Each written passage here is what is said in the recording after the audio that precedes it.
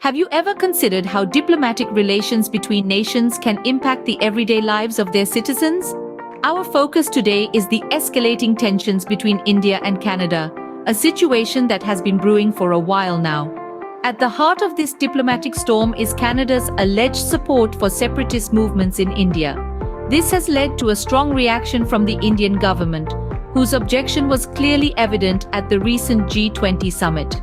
Let's take a step back and understand the root cause. It all started when Canada implied the potential involvement of Indian government agents in a murder case. This was a significant accusation and, understandably, it didn't sit well with India. The tension amplified when Canada's allies, including the United States and Britain, showed a muted response, highlighting the delicate balance of global diplomacy. But it didn't stop there. The Canadian government's inaction post-G20 summit further stirred the pot, leading to India expelling one of their diplomats. This move has raised the stakes, casting a long shadow over the future of diplomacy between these two nations. The ripple effects of these rising tensions are felt by the common people, affecting trade negotiations and causing a sense of unease among the Indian community in Canada. As we delve deeper into these issues, it's clear that the stakes are higher than ever. The G20 summit, a stage for world leaders, became a platform for an unfolding diplomatic drama. The grandeur of the G20 summit often belies the intense political currents flowing beneath its surface. This year was no exception, as India's Prime Minister, Narendra Modi, and Canada's Prime Minister, Justin Trudeau, found themselves in the heart of a diplomatic whirlwind. As whispers echoed through the halls of the summit, it became evident that there was a noticeable chill in the air between the leaders of these two nations.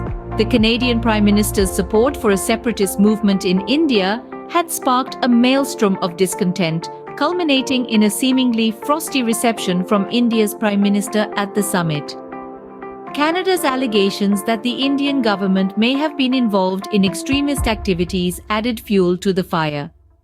These accusations, however, were met with a firm rejection from India. The Indian government stood its ground, dismissing these claims as unfounded and unproven. In a twist of fate, the diplomatic drama extended beyond the conference rooms of the G20 summit.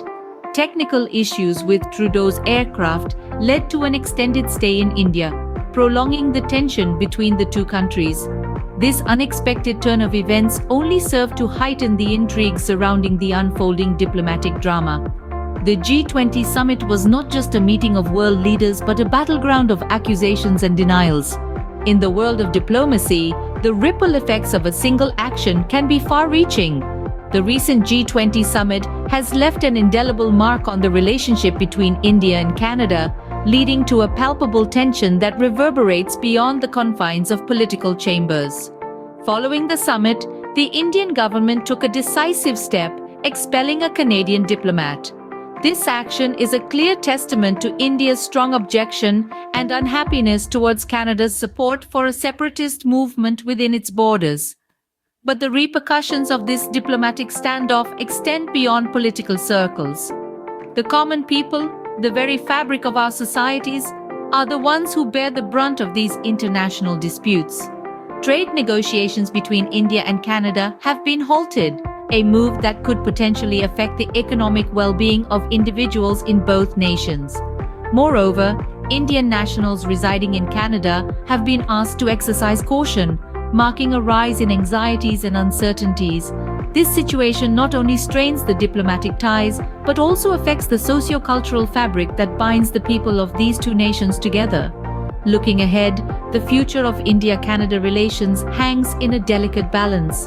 The path forward is uncertain, and much depends on how both governments choose to respond in the wake of these events.